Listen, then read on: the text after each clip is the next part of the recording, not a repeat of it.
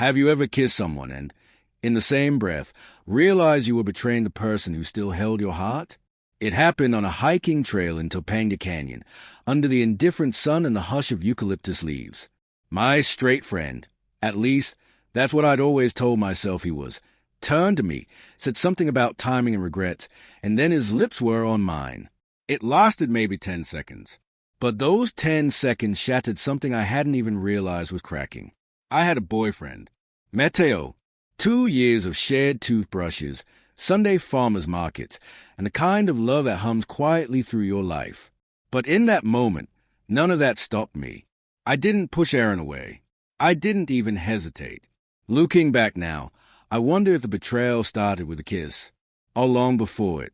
Let me tell you everything. Mateo and I met at a used bookstore in Silver Lake, the kind with handwritten shelf labels, mismatched furniture, and a sleepy orange cat named Milton curled on a pile of poetry. He was crouched in the philosophy section, flipping through Camus with a kind of focus that made you feel like interrupting him would be a crime. I didn't mean to speak. I think I said something dumb like, "Asterisk, you're reading that one wrong." Asterisk, he looked up and grinned. That grin would go on to ruin me. We fell into each other the way certain songs wrap around your ribs, familiar before you even know the lyrics. He moved in after 6 months, and from there, life started building itself around us. Morning coffee rituals, grocery lists with inside jokes, Sunday night skincare routines. We shared a tiny one-bedroom apartment above a vegan bakery that made the whole block smell like cardamom and cinnamon. Our windows faced west, and every evening, golden light would pool onto our hardwood floors like something sacred. Mateo was steady, reliable in a way that felt rare in a city obsessed with reinvention. He was an architect, obsessed with structure and form, and he brought that into our life, too. He made spreadsheets for vacation planning and color-coded calendars for date nights. And I was more chaos. A freelance illustrator with an ever-growing list of abandoned sketchbooks and a habit of leaving dishes in the sink. He didn't mind. Or if he did, he folded that frustration into his quiet smiles and posted reminders on the fridge. We weren't perfect. But we worked, until, slowly, we didn't. It started so subtly I almost missed it. The late nights at his office, the way he stopped asking to see my art, the silences at dinner that stretched a little longer than they used to. I chalked it up to stress. We were both tired. We'd get back to us. And then Aaron showed up. He was an old friend from college, someone I'd known during those messy, half-formed years when everything felt possible and terrifying all at once. We hadn't spoken in ages, but he moved to L.A. for a consulting gig and reached out for drinks. It was meant to be casual, a catch-up between two friends who once bonded over Radiohead albums and 3 a.m. ramen runs. But the moment I saw him, something stirred. Not attraction, not yet, but a nostalgia, a memory of who I'd been before I became someone's other half, before love became routine. Mateo never seemed threatened. "Have fun," he said when I mentioned our hike. Kissed my cheek. Went back to his emails. And maybe that's what scared me the most. That he didn't see it coming. That maybe, deep down, I did. The hikes became a habit. At first, just Sunday mornings. Then midweek evening strolls, longer trails, new spots. Aaron always had a new route to try, a new playlist to share. He'd send voice memos with random thoughts or links to articles he thought I'd like. His messages were effortless, like we were picking up a conversation that had never really ended since college. Mateo noticed, but only in passing. "You and Aaron are getting close again. Hey," he asked one night as we brushed our teeth side by side. "Yeah, it's nice," I said, mouth foaming. "It's good to have a friend from back then." He nodded, spit, rinsed. "Just don't hike yourself into a stress fracture." We laughed, but something about his smile felt thinner. The truth was, Aaron wasn't just a friend anymore. Not in my head. Not in my chest. I didn't want him, but there was this growing current between us, one I kept trying to ignore. He touched my shoulder when we talked. He lingered a little too close when we stopped for water. He glanced at me when I wasn't looking. Or maybe I was looking, and he knew it. And with every mile we walked, something shifted further inside me. At home, Mateo and I started moving around each other like people at a museum. Quiet, careful, too afraid to knock something over. He'd fall asleep with his back to me. I started working later in the studio, claiming inspiration. I left dinners half-eaten and forgot to ask about his deadlines. We stopped touching each other for no reason. One night, I came home late from a hike with Aaron. Mateo was in bed, lights off, but I could tell he was still awake. "You guys were gone a while," he said. "Traffic." I lied, pulling off my hoodie. A pause. "You smell like him." That made me freeze. I turned slowly. "What?"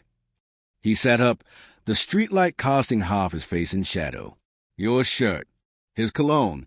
I don't care if you're friends, Noah, but I'm not stupid."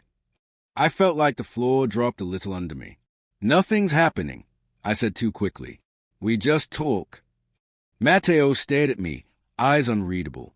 "And what do you talk about that you can't talk to me about anymore?" I had no answer. The truth was cool in its simplicity.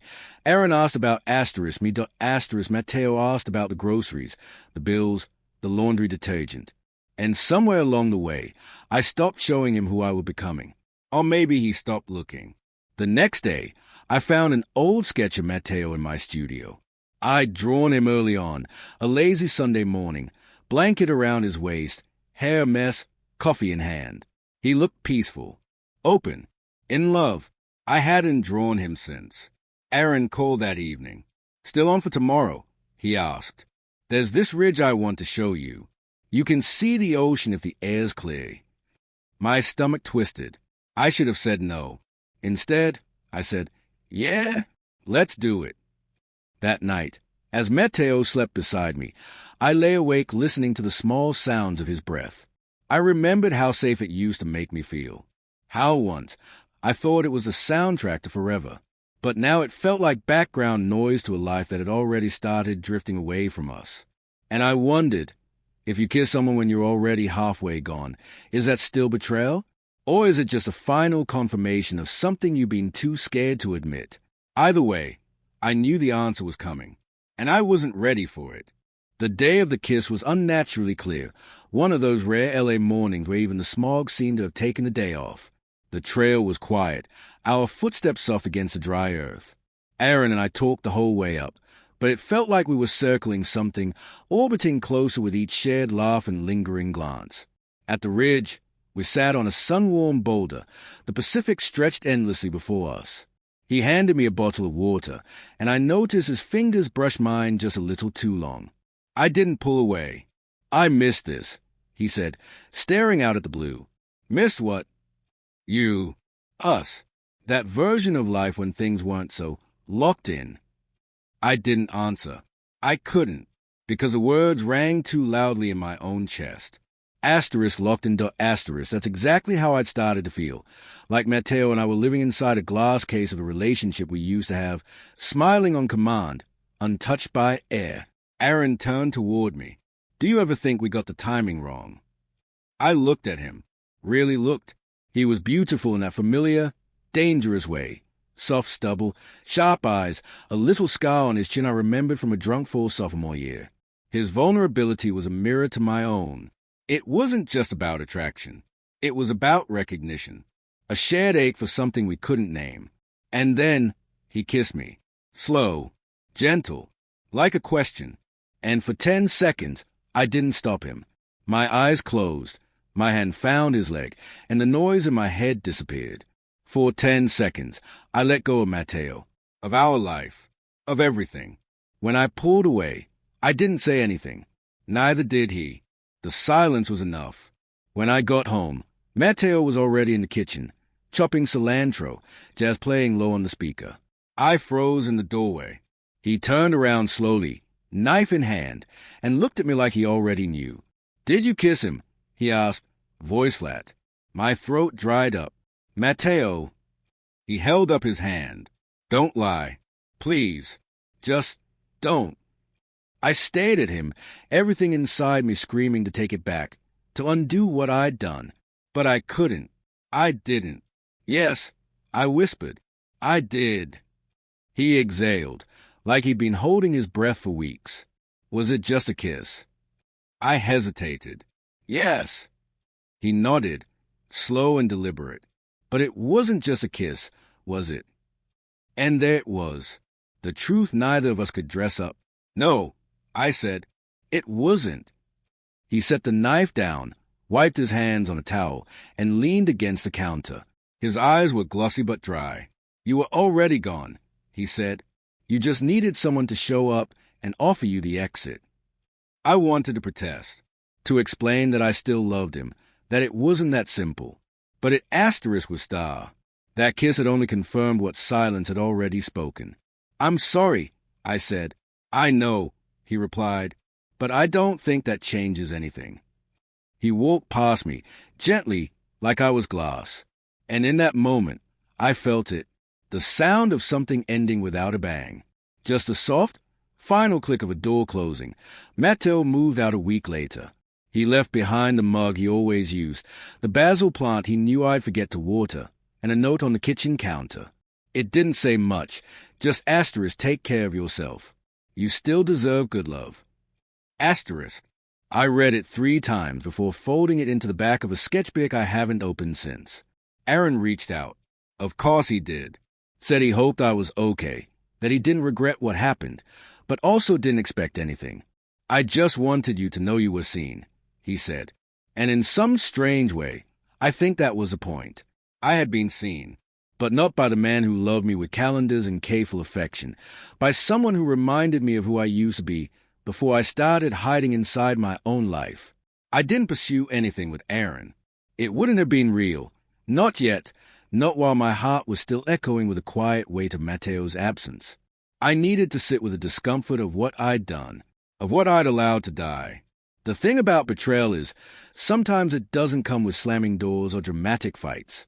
Sometimes it's 1,000 little moments of choosing not to speak, of not touching, of walking just far enough away from each other that when you finally reach for them, there's no one left within reach. I learned that love, real love, isn't just about passion or routine. It's about asterisk attention to asterisk about choosing, again and again, to see the person in front of you, even when it's hard, even when it's boring, even when they've changed. And maybe that's what Mateo and I forgot to do. Or maybe we were never built to last. Either way, I carry him with me. In memory, in regret, in quiet gratitude for love that, for a while, felt like home. Sometimes I wonder, if I'd kissed Mateo more often, would I have ever kissed Aaron at all? And the answers shift with the wind. Just like love, just like us.